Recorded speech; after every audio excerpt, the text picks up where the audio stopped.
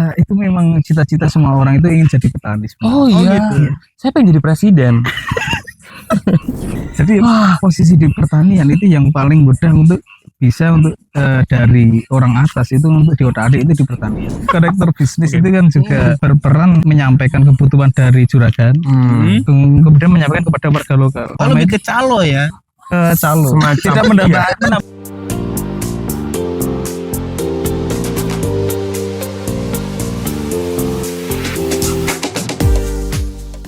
Nah, hari ini ada take over video untuk 001 Tongowi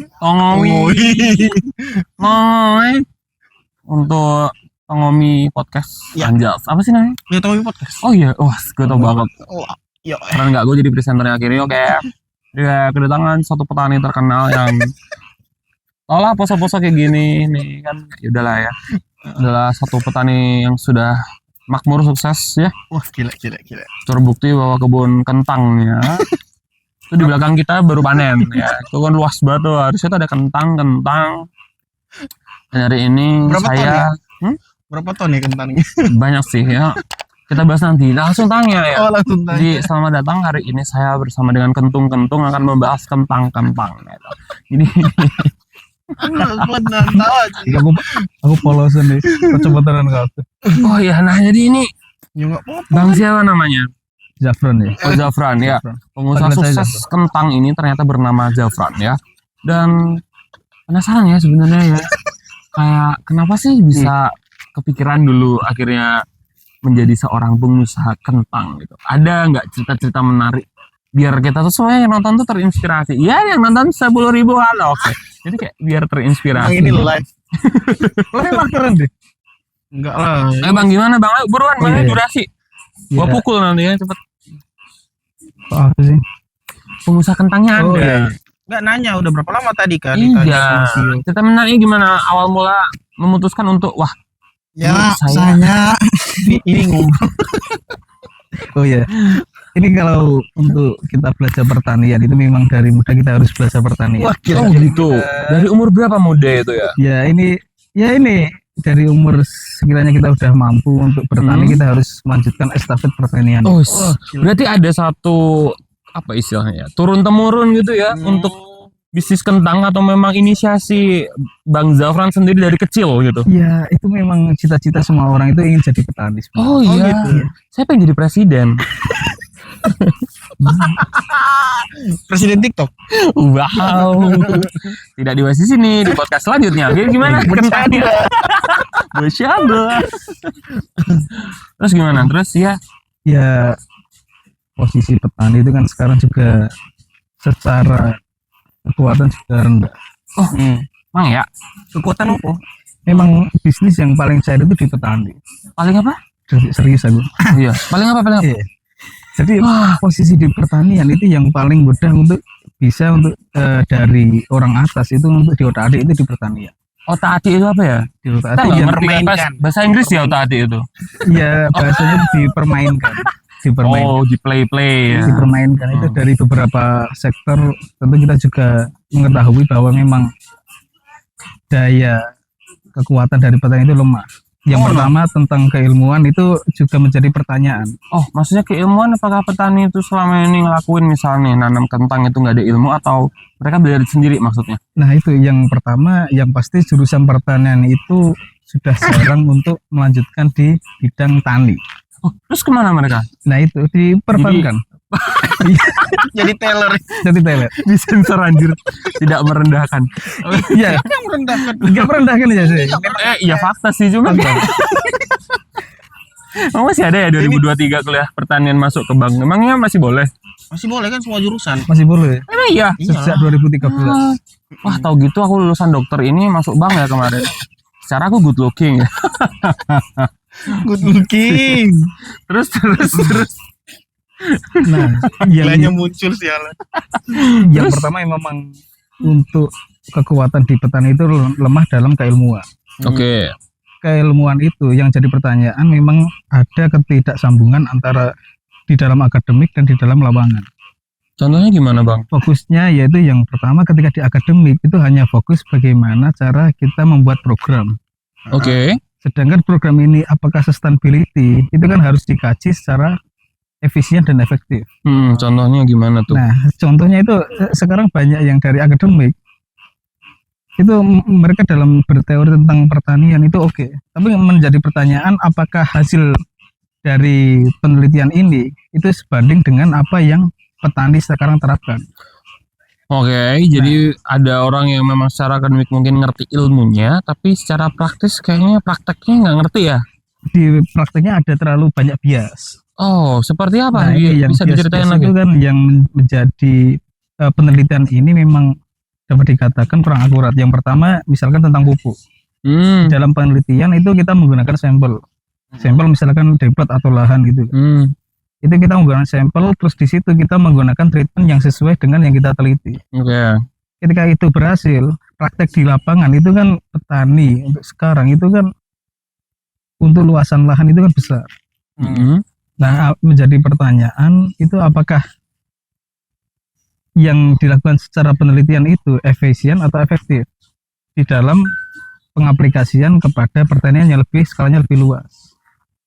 Sedangkan trennya sekarang itu kalau kita melihat tadi mengenai pertanyaan itu kalau dari muda kita nggak bertani, itu kan kita juga udah dapat menakar misalkan dalam satu generasi, dalam Lanjut. Maaf. nah itu Parah sih moderatornya parah. ya. Moderatornya Terus dari generasi ke generasi ya. Nah, sekarang kita menjadi yang kembali Kita lagi. bercanda ya terus. Iya, siap. Gimana? Nah, ini yang menjadi generasi yang pertama. Itu misalkan ya, kita punya 1 hektar. Dari untuk satu generasi itu 1 hektar. Nah, melanjutkan di generasi kedua, misalkan itu punya 2 anak, berarti menjadi setengah hektar. Oh, jadi dibagi berdasarkan generasinya. Nah, ini Bukan semuanya dilanjutin ke generasi selanjutnya? dilanjutin ke generasi selanjutnya, tapi kan tetap ketika satu orang itu minimal punya 2 anak, berarti masing-masing itu minimal punya setengah hektar. Warisannya. Nah, Makin kecil ya. nah ini menjadi pertanyaan pada generasi keberapa itu posisi pertanian yang sekarang untuk masalah pupuk itu sulit didapat dan lainnya. Kita tahu bahwa secara hukum ekonomi semakin banyak kita membeli, kuantitas yang kita beli semakin banyak itu kan harga semakin turun. Ya. Oke. Nah, ketika pada generasi keempat misalkan hanya mampu satu orang itu punya seperempat hektar, sedangkan untuk kebutuhan pupuk itu dipersulit, maka otomatis tanah ini daripada kita ditanam dan itu merugikan petani, mendingan kita jual. Sehingga di sini memang perlu adanya peran mungkin dari pemerintah yang juga tentu memberikan terobosan untuk menjadi PR. Yang pertama memang generasi kita sulit untuk bertani karena memang itu dapat dikatakan secara ekonomi itu nggak masuk. Nah, yang kedua, pertanian sekarang orang belajar itu dari pengetahuannya orang yang udah dulu. Dan untuk validasi informasi itu sekarang memang di dalam obat-obat tani misalkan itu nggak valid. Dalam artian tetap kita sebagai perusahaan, misalkan perusahaan obat, itu mereka menjual kan dengan target produk ini terjual. Namun efektivitas ini di lahan itu menjadi pertanyaan. Karena di situ ada konflik interest antara yang satu petani ingin lahannya bagus, di lain sisi dari perusahaan itu ingin produknya terjual habis. Oke. Nah, sedangkan ketika suatu lahan itu terlalu banyak obat, itu maka otomatis untuk media tanam itu akan unsur hanya semakin turun. Nah, ini menjadi PR juga untuk kita sebagai petani atau kita yang concern dalam hal pertanian itu memikirkan bagaimana. Karena bagaimanapun juga yang pertama ketika memakai pupuk organik itu kan sudah ada yang di luar negeri ya, Sri Lanka. Posisi Sri Lanka ketika pergantian presiden terus full pakai pupuk organik, maka negara tersebut gagal panen. Karena yang pertama produktivitas dari petaninya, dari organik. Dari tumbuhannya, tanamannya. Produktivitas turun itu karena memang fungsi dari pupuk organik itu sebenarnya nggak menjadi apple to apple dengan pupuk yang dari perusahaan. Berarti gimana dong itu? Kalau misalkan petani masih pakai dari organik? Nah, itu Apa yang terjadi? untuk jangka pendek merugikan petani. Karena untuk produktivitas turun. Tapi untuk jangka Hmm, panjang, oke. unsur hara di Makin dalam bagus ya. tanah itu minimal terjaga. Oh, berarti sebenarnya pupuk organik itu kayak memperbaikin dari base lain tanah dulu ya. Nah, iya. Cuman kayaknya mungkin agak cost nggak sih? Kos untuk jangka pendek, Pendek, namun untuk iya. jangka panjang memang oke. Oke.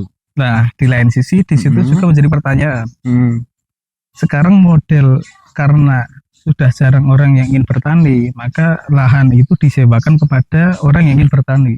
Oke. Ketika orang menyewa itu setahun misalkan, itu kan mereka tidak memikirkan tentang kualitas dari media tanam. Yang mereka kejar adalah bagaimana menghasilkan produktivitas yang Panen tinggi. ya. Nah, sedangkan untuk unsur haranya itu tidak dipikirkan. Karena memang bagaimanapun juga dalam 1 tahun ini minimal biaya sewa untuk dalam lahan itu terpenuhi. Nah, itu menjadi PR dalam bidang pertanian. Selain itu yang sekarang kan untuk masalah pupuk ya. Masalah pupuk itu kan untuk yang disubsidi itu kan sekarang hanya beberapa. Misalkan dalam kasus kentang itu untuk sekarang juga sudah tidak ada pupuk subsidi.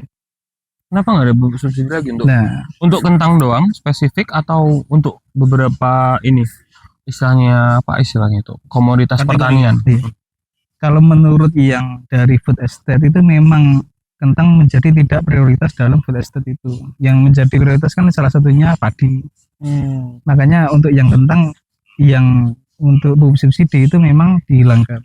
Namun menjadi pertanyaan lagi, ketika yang ada pupuk subsidi itu misalkan kebutuhan petani itu 10 kilo, dalam realita di pasar itu memang petani hanya mendapat 1 kilo Subsidi. Nah, makanya kenapa sekarang banyak penjualan pupuk non subsidi, karena dari petani sendiri dan sisi mereka membutuhkan 10 kilo namun kenyataannya 1 kilo. Mendingan Oke. beli yang dari perusahaan sama 10 kilo. Hmm. Nah, yang jadi pertanyaan 1 kilo ini yang harusnya barang subsidi. Dikemanakan? Nah, ini dijual kepada petani lain. Nah. Jadi nggak jadi subsidi dong. Nggak jadi subsidi. Nah, di situ karena memang menjadi pertanyaan ketika pemerintah itu siap mensubsidi, minimal pemerintah juga harus mengetahui kebutuhan dari petani berapa. Tapi kan, aduh, Baik. masa? Tapi kan bisa aja pemerintah nggak punya data itu kan? Untuk setiap tahun itu kemarin Oh, punya ada ya? BPS. sensus ada sensus pertanian itu ada Itu gunanya salah satunya untuk untuk mengetahui petani. Mengetahui apa dalam arti efisiensi kinerja petani atau apa? Kalau yang pasti sensus itu kan untuk mendata petani itu punya berapa lahan terus ditanami apa saja, itu kan yang pasti. Nah, di sini menjadi PR lagi ketika orang sudah enggan untuk bertani. Kemudian di situ ada tantangan tadi, misalkan lahannya itu udah kritis secara media, kemudian ukurannya udah kecil, kemudian itu juga hasil sewa.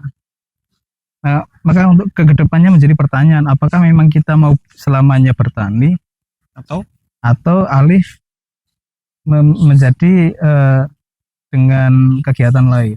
Atau mungkin sebagai ya sudah karena mungkin susah ya, jadi kayak akhirnya kembali kepada iya kepada keputusan itu kan, jadi kayak ya udahlah saya jual aja tanah saya biar orang lain yang mungkin masih berkeinginan untuk menjadi petani biar pakai gitu. Oh, bisa jadi bangunan malah.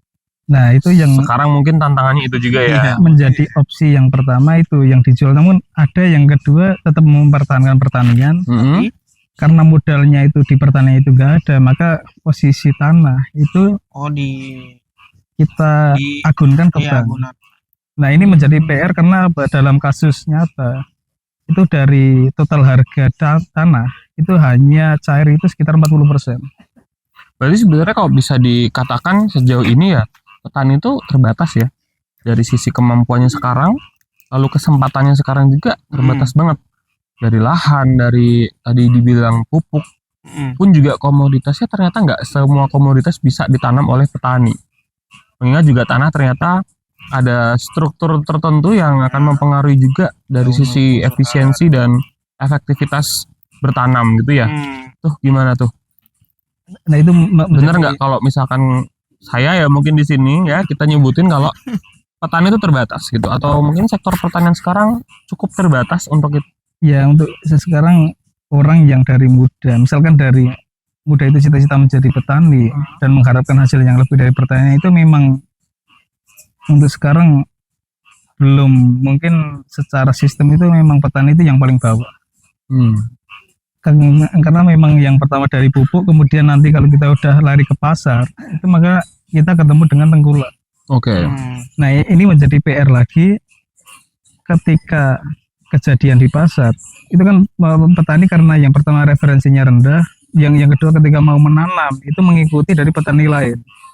Ya jadi semacam mengamati ya. Semacam manggi bisnis. Gimana tuh manggi bisnis gimana? Memang ternyata di dalam hal pertanian itu ada. Manggi bisnis apa sih? Coba dijelasin dulu lah ini. Manggi bisnis tuh gimana? Nah, kaitannya sama pertanian tuh manggi bisnis gimana? Nah, manggi bisnis itu kan kalau secara awal itu kan sebenarnya ada digambarkan sebuah pulau. Kemudian ada satu orang atau kita dapat dikatakan juragan gitu ya. Itu datang ke pulau itu, kemudian mau membeli satu kera. Konsepnya seperti itu. Nah, kepada warga lokal. Nah, di situ memang di pulau itu terkenal ada keranya banyak. Nah, itu di awal itu dari yang juragan ini itu membeli senilai 200.000 untuk satu kera.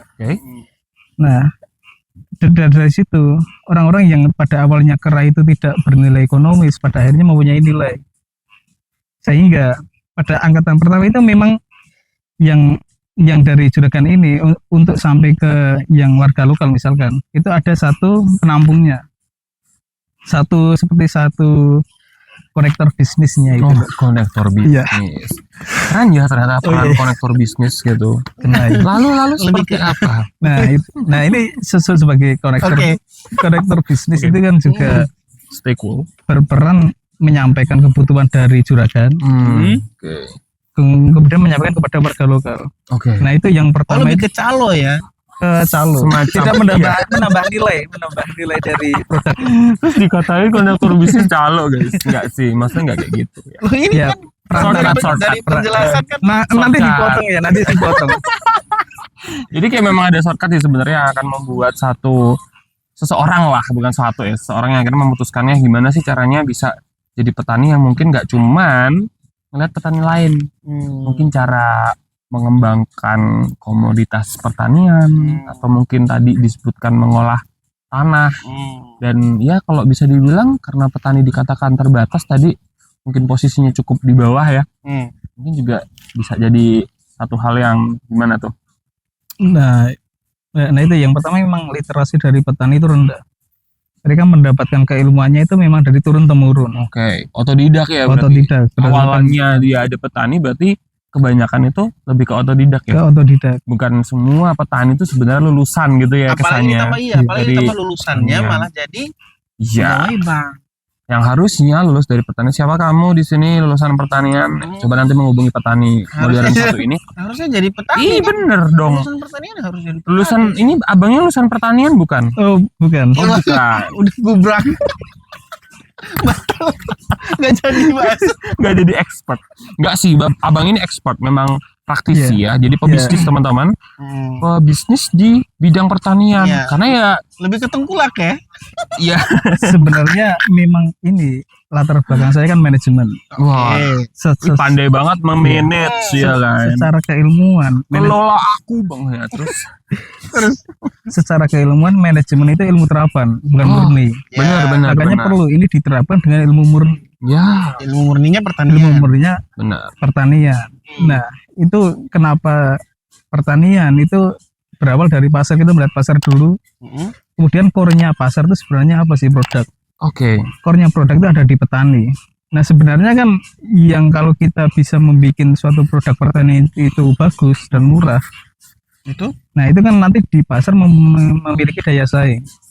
Nah pastinya gitu sih sebenarnya yang diharapkan juga ya. Sebenarnya harusnya seperti itu sih kenyataannya. Tapi apakah berbeda ternyata?